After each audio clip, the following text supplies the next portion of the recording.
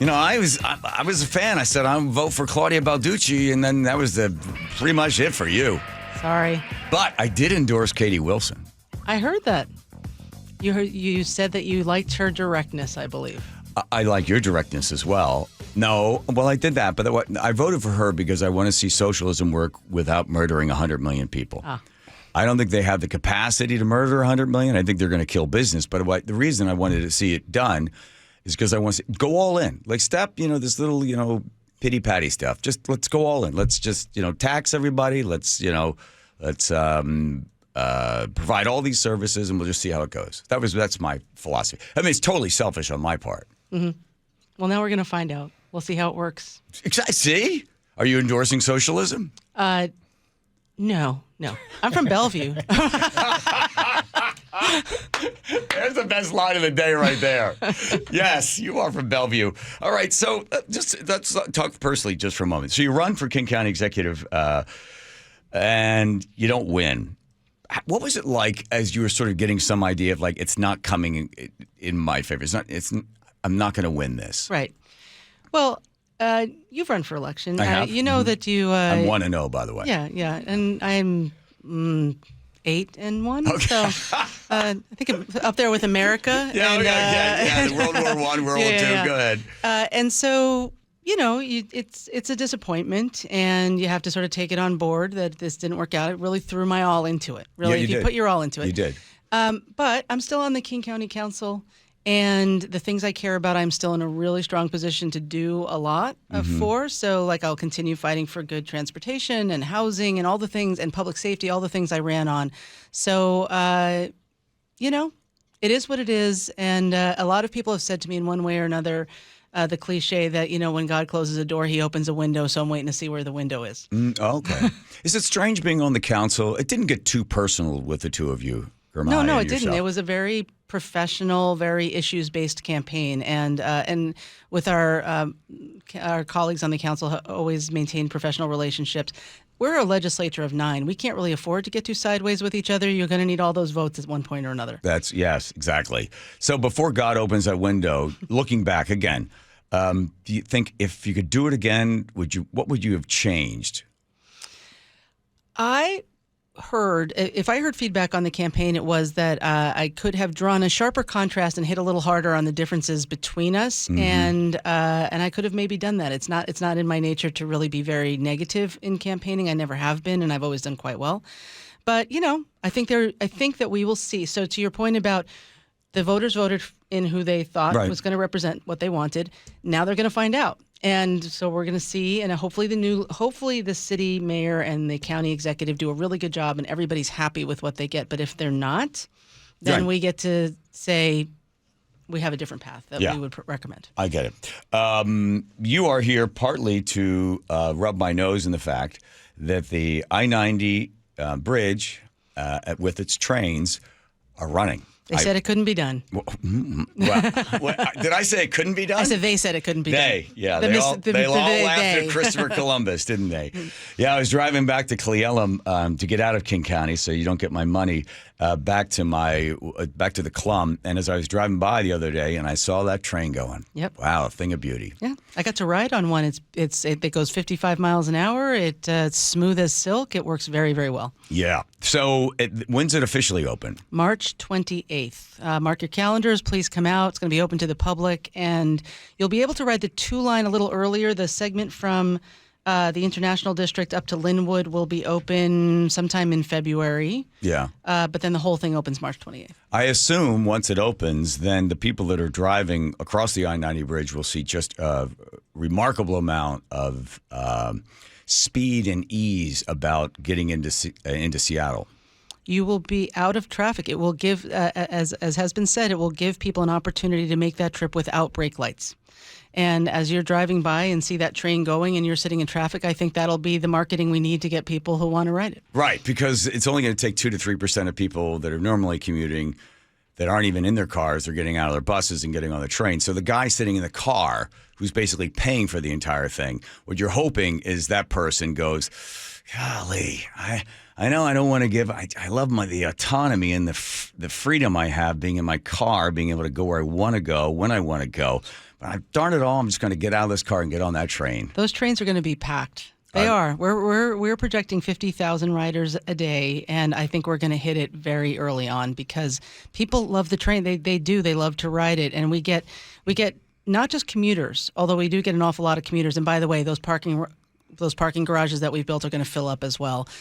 We get a lot of people who want to go to the Mariners game, to the football games, on weekend travel. Seniors love to take the train so that they don't have to drive around downtown Seattle. It's going to be a popular means of travel. I love filet mignon, but I don't want the taxpayers to pay for it. So, do you know me? I am adamantly against public transportation dollars being spent, I think, foolishly. And even WSDOT said, this is not about congestion. This is not about relieving congestion, which, why not? That's what they're kind of involved in. They like the idea that they want to provide this public transportation because see is a build out. And you know the numbers when people say we'll do buses rather than trains, but then you don't get the development that comes with it. But just overall, the price tag is so high, and you wonder, well, what are you getting for the gigantic bill that every single taxpayer will have to be paying? What you're getting is, with fixed route transit, is you're getting transit that is out of traffic.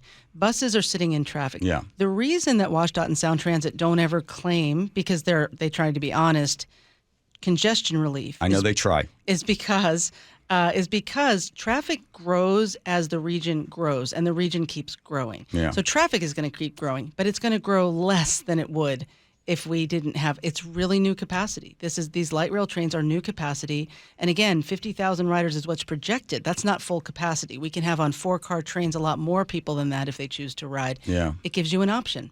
Well, are you concerned? I mean, of course, we don't have the crystal ball, but so if Seattle continues in the way, if we hope socialism eventually wins in this, and you have more business moving to Bellevue, and you have less large employers pulling in 20,000 or 30,000 employees, well, then all of a sudden we've built in a direction where there will not be as much demand.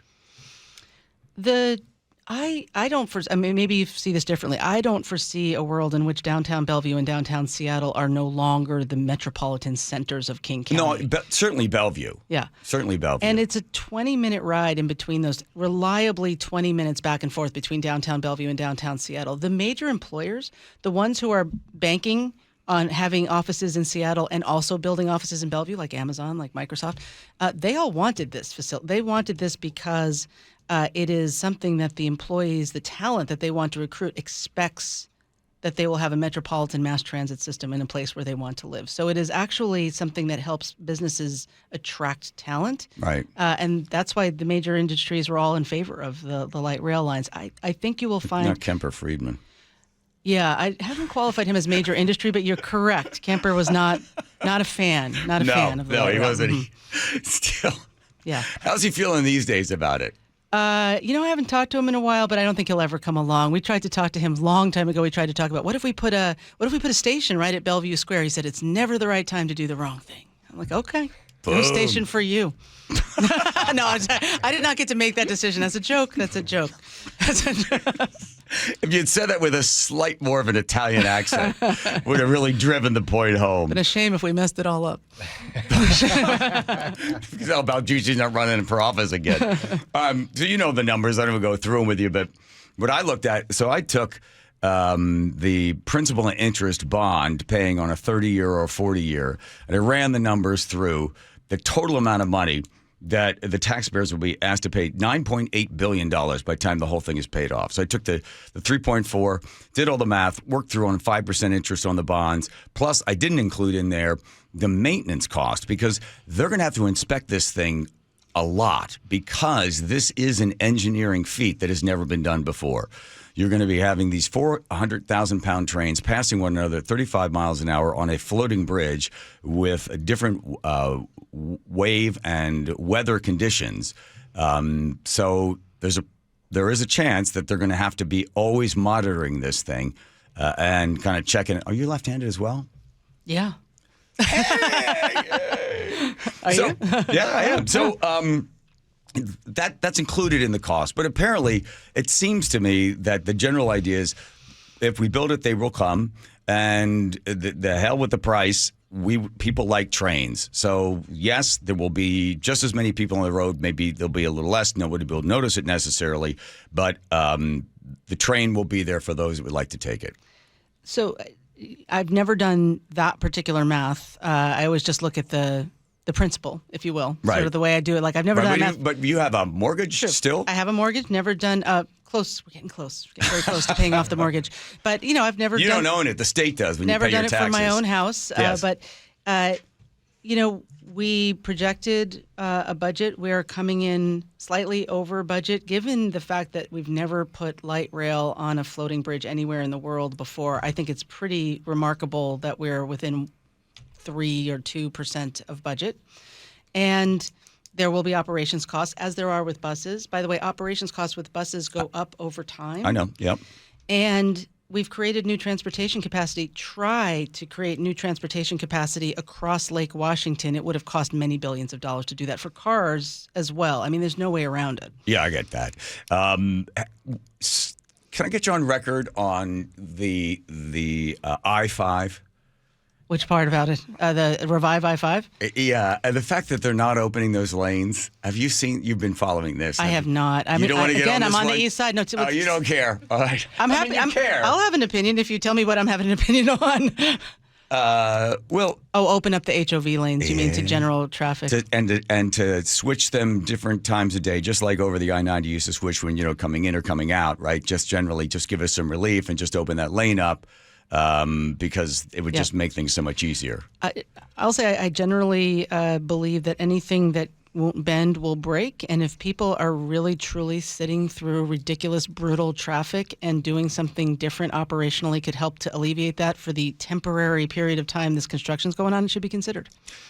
My opinion is the folks in Olympia and Wansat, they don't like you in your car. They'd like you to be out of your car. And just like you're hoping that the people that are sitting there in I-90 watching the train go by will go, yeah, I guess so. I guess I should get out of my car, right? Because they don't like you being in your car. They want you on public transportation. I don't know that is the emotion that we are feeling. I think that what we're trying to do is provide a fully modal transportation system that gives people all the options that they need. There are people who have jobs who will never be able to take transit because of their jobs, because they need a truck, they need tools, because of where they start and where they end is not served well by transit. We're always, in my view, going to need roads, going to need cars. And that is the majority of trips. Yeah. But that's not a reason not to have a major fixed transit system that gives other people who can't drive, people who want to save money, people who have the ability to take transit. It's a better lifestyle if you can take it. Yeah. I want to offer all of it. I used to live in New York City, and I spent some time in Boston as well, and I used to ride the train and the subway in New York when I felt like being mugged. So I know how it works. I don't know if you necessarily have the density. And my other argument was always, well, they already have the bus, and we know that they're going to get off the bus and they're going to get into the train. So we call that a wash, right? So then you think, okay, well, why not just let them have the bus? But then we're not going to do that. We now have it. So I have agreed to ride the train with you. Excellent. I can't wait. That's going to be fun. Right. You have the bring song the whole for me? team. Yeah. Because I've been bashing this. No, it's a fun song. I've been bashing the train for the longest time, and I always said that I'm going to have a flying car. I didn't eat my words. I said I will be in a flying car before those trains go across that bridge. So I looked up and I found a flying car. It's $190,000. I thought, now do I really want Claudia Balducci? Do I want to spend $190,000 just so I can say to Balducci as I fly over that I-90, I told you, Balducci! I told you, Balducci! I think the FTA would have something to say about you flying over I-90 with your car. Oh, well. Listen, can you stick around? I don't. What else are you in here other than the fact that you just want to show that... I wanted to come and tell you the light rail was opening and invite you to come for a ride. Then I will be here. Excellent. And I will be there. Do we get to ride do we get to pull the train, like the toot or anything like that? Do I get a hat? Do I get a... I will work out some kind of swag, something very Yeah, we'll work out something for you. Okay, don't go too far. I mean, it's one thing to... I've been waiting for this opportunity. The Italians and the Greeks, I'm telling you, they don't let you forget anything. Nothing will be forgotten. All right, hit a little Glenn Miller there. You got a little... Is that the Chattanooga Juju? Yes, yes. When's the ride? March 28th. March 28th. Don't miss it. And every day thereafter. Hold on. You find an excuse not to be there. Hang on. March 28th. You're going to be there. We're going to make sure of it. That's the day before Palm Sunday. How Okay. appropriate. Look at I got nothing on my schedule. See that? All right. Pencil us in. All right, Balducci. Go back there and do the people's work, all right? All right. Thanks for coming in. Thanks for having us. Yeah. And to have your ham and eggs in Carolina. When you hear the whistle blowing 8 to the bar, You don't know this one? then you know that Tennessee is not Claudia very Balducci, far. you know this song. Do you know Of course. Yeah. It's You're not making age- me feel very Let's not old. age ourselves. All right, good. Here comes Nate. Check it driving. Nathan.